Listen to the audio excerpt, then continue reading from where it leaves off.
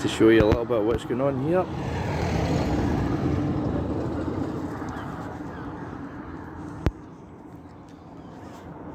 So these tyres are going to the dealer, Lambretta dealer, and they should be giving me a bit of more grip in the winter, because these are crap in the wet. Crap. These are meant to be a winter grip.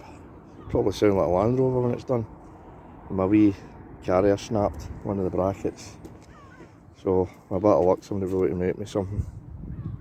Tie it together. I was just checking if it, no, I see. Just checking to see if it was secure. But I'm away to the bank, and then that's me, I'm off to Hillington.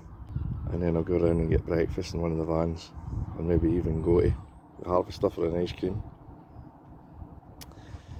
And if they can't do it, I'll get a train back.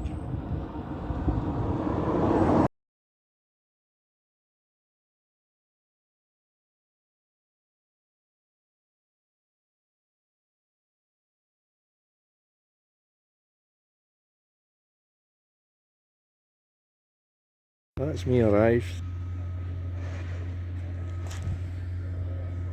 So it's in here to get these tyres fitted.